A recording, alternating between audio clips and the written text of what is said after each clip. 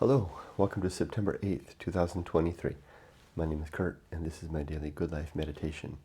Something I do each and every morning, a little bit after waking up. It's now 4:48 a.m. Running a little behind. I do this to remember my life objectives and principles, those which are outlined in my book, Going Alone. I also use this time to reflect on the last 24 hours, including last night, to see how I did with the various challenges and opportunities I met.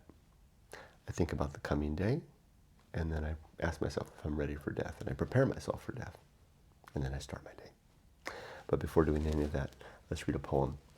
I had planned to move through the various poetry books. I've decided to sequester my poetry books into their own little shelf, and I thought I was done buying books, but I may buy a couple more. I'm finding myself suddenly entering the season of poetry, especially by this book. This book has really grasped me. Now, I won't say that the poems have yet grasped me necessarily, although I do see the beauty in them.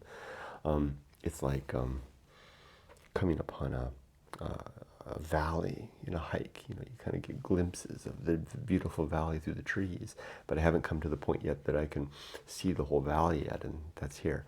But these are the collected works of Edward Thomas, who is a very interesting man. And I'm reading now very slowly the foreword. You can see I'm only just a little bit in, which is without question the best written foreword I've ever read. It takes the form of a biography, but written as prose. Imagine trying to write someone's story as prose, as the story of that person's life from a third person's perspective. I've never seen a biography. Usually biographies of that sort are very academic. Because usually I think they're written by professors, right? I mean, this is the Penguin series, so they usually hire some professor that knows about this poet, and then they'll hire them to write a 10-page foreword, right? And usually, when I was young, I didn't read those things because I wanted to just get to the meat. But now I read them because I really want to, as Thoreau would say, know the author a little bit before I dive in. And I really appreciate good academic scholarship in understanding that. But this is scholarship combined with beautiful writing. And I'm mesmerized. I literally can't stop thinking about it. During our walk yesterday, I had to apologize to Yumiko at the end of the walk. We walked for an hour with the dogs, and I probably said fewer than 5 words the whole time because I was just wrapped in thought. Which is just the beautiful, greatest pleasure of my life. I can't wait. I'm not waiting to retire to begin this new life of walking and thinking. That's my motto, right? I like to walk and think. And I just have to remember too that if I'm with somebody else to pay attention to the other person too. But my wife gets all of me, for sure, in every sense. I am all hers. So, a little bit of a thoughtful distraction, and she understands. I diverge.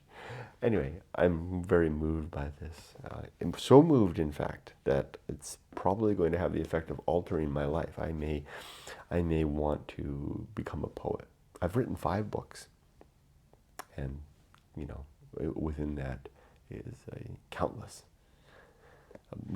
blogs and beyond countless journal entries over time, most of which have been consigned to trash. Almost the greatest portion of everything that I've ever written has been burned up in the incinerator. Just like my hero, Dr. Johnson there, right? He burned up everything he wrote too, nearly 3 days before his death. Anyway, I'm thinking about moving in the direction of poetry when I get to Japan. And I'm not going to wait. I'm going to start now, walking and writing poems. And Jack Simura, if you see this, thank you for your observations about the illustrations. And thank you also for purchasing. You mentioned in comments yesterday that you purchased a copy of Stoic Poetry, Volume 1, from my combined blog, journal, and correspondence. Anonymous, kept anonymous. So anybody that corresponds with me, your names are removed from any such correspondence. Let's read a poem. Now, the interesting, because you could, this, and I'm now, since I'm reading a biography, I'm understanding better. So, Thomas, Edward Thomas, a man with two first names and two last names, no, two first names. I guess it could be two last names too, so I get confused. He spent most of his life as a writer of prose, as you can see in the first part, just like me. And then he became friends with Robert Frost, who on long walks together in England would finally convince Thomas that Thomas was in fact a poet. And just before he died in World War I, blown up by a 5.9-inch artillery shell. That's related in here too. That's amazing, fascinating stuff. Horrifying too. He switched to poems, and he gave the collection of his poems to his wife just before he went off to the front in France, and was blown up. So you can see how far he got along in life, because the foreword is only about that much. This is all the prose he wrote, and then he wrote this much poetry, and he's known for his poetry, so we can thank Robert Frost. And there's a very interesting anecdote in here about how an early draft of Frost's Two Paths Diverge in the Woods that was sent to Thomas was misinterpreted by Thomas, and may have been the impetus that caused him to select to go to war. He was 36 years old at the start of World War I. A family man with children, he could have sat the war out, but he chose instead to go. And it may be because he misunderstood, he misread. Two paths diverge in a wood, and I chose the one less traveled, and that has made all the difference. He misread that. We know that he misread it because of the letter that he sent back to Frost before he walked down and enlisted in the army, became an artillery captain, and was promptly blown up.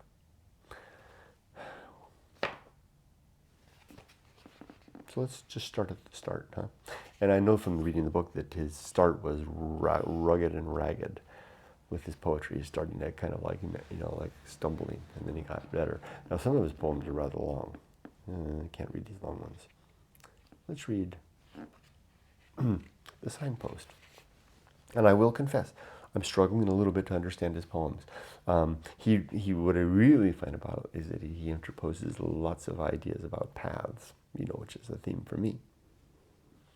The Signpost. The dim sea glints chill, the white sun is shy, and the skeleton weeds in the never dry, rough, long grasses keep white with frost at the hilltop by the finger post. The smoke of the traveler's joy is puffed over hawthorn berry and hazel tuft. I love that. I read the sign. Which way shall I go? A voice says, you would not have doubted so at 20. Another voice, gentle with scorn, says, at 20, you wished you had never been born. Oh my God, this is good.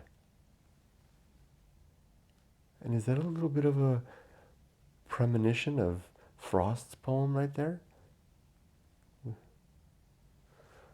One hazel lost a leaf of gold from a tuft at the tip, and the first voice told the other he wished to know what 'twould be to be 60 by this same post. You shall see. No, he won't. He laughed, and I had to join his laughter. You shall see, but either before or after, whatever happens, it must befall. A mouthful of earth to remedy all.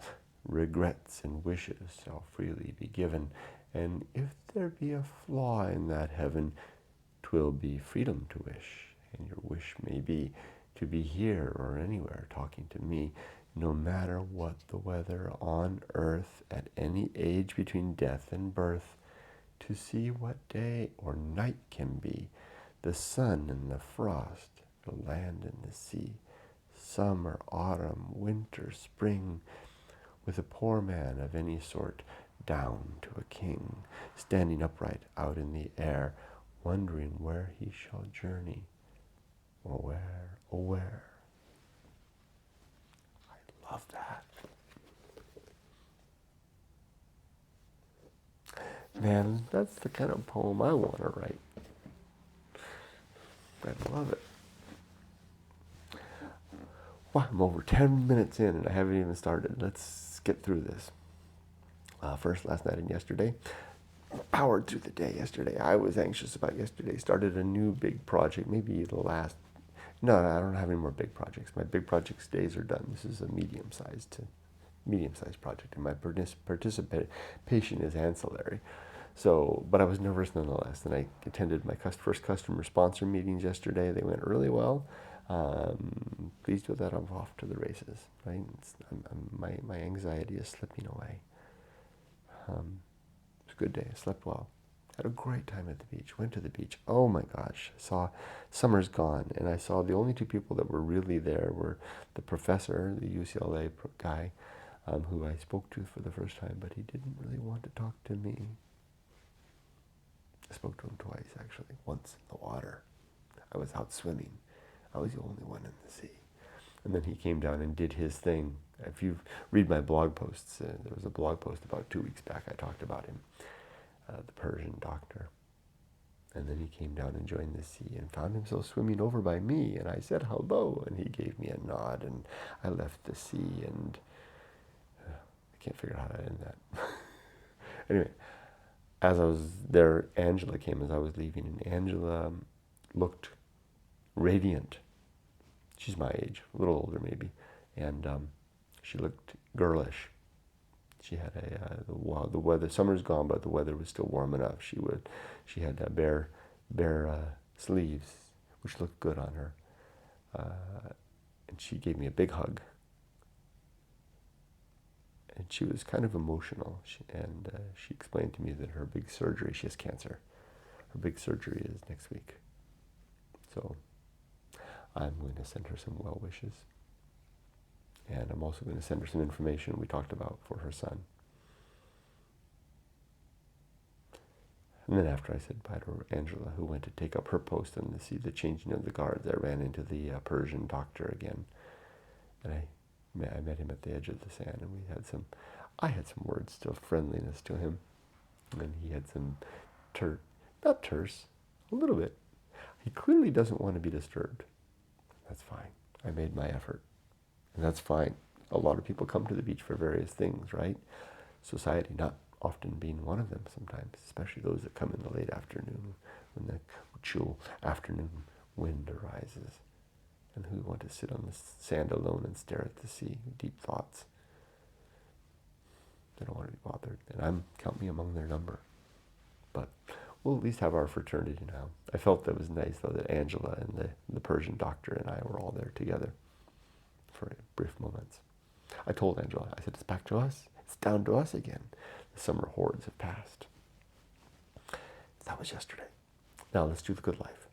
My 8 objectives are to be always ready to die, to make good and effective use of time, to develop and maintain good and sound life principles, to cultivate good emotional reactions, to perform good actions, to recognize true limits and true opportunity, to do just one thing at a time and do that thing slowly and deliberately and carefully, and to maintain my balance in every way. My 34 principles now are war, reason, homunculus, anchor hold, home of good and evil, purpose, atomic principle, principle of nature, maturity, the pirate ride. Maturity, the pirate ride.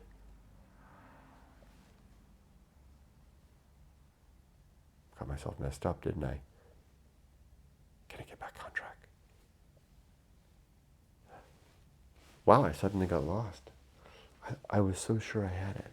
I was taking a running start. These objectives and principles are all in my book under the chapter Good Life, so if I can look them up. Okay. Anchor hold, purpose, atomic principle, nature, pirate ride. See, it's laid out there one after another. Maturity, I had it right. The social principle, the principle of family, the public speaking, temperance, life will not go well. the horror show, that which must be born, the feast of offal, distraction, agency, and the great indifference, the best seat in the house, the restless man, the path of wildness, the great life adventure, the risk of avoiding risk, sin and damnation, complete oblivion, the season of philosophy, script writing,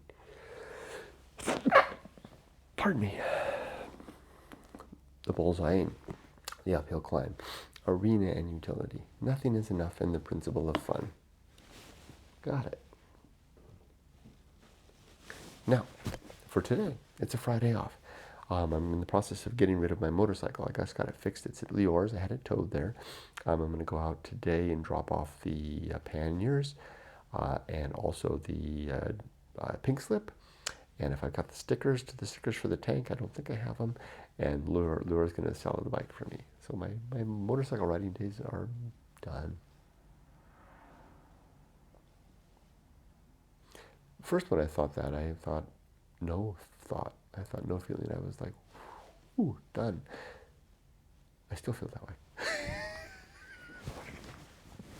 Okay. No, just a twinge of not any regret, not any sense of loss. Like I told Yumiko was more moved than me when I had the bike towed because it wasn't starting. Some problem happened. I had to have it towed to Leor's motor ride. Yumiko, when it was loading on the tow truck, Yumiko came out to say goodbye to the bike. She was kind of moved that my bike is leaving. Not me. I just let it go. I still feel that way, although I still feel just a little bit of touch of pleasant remembrance, but no desire to ride a motorcycle ever again in my life. That is gone, and I don't think it's coming back. And it's because it's like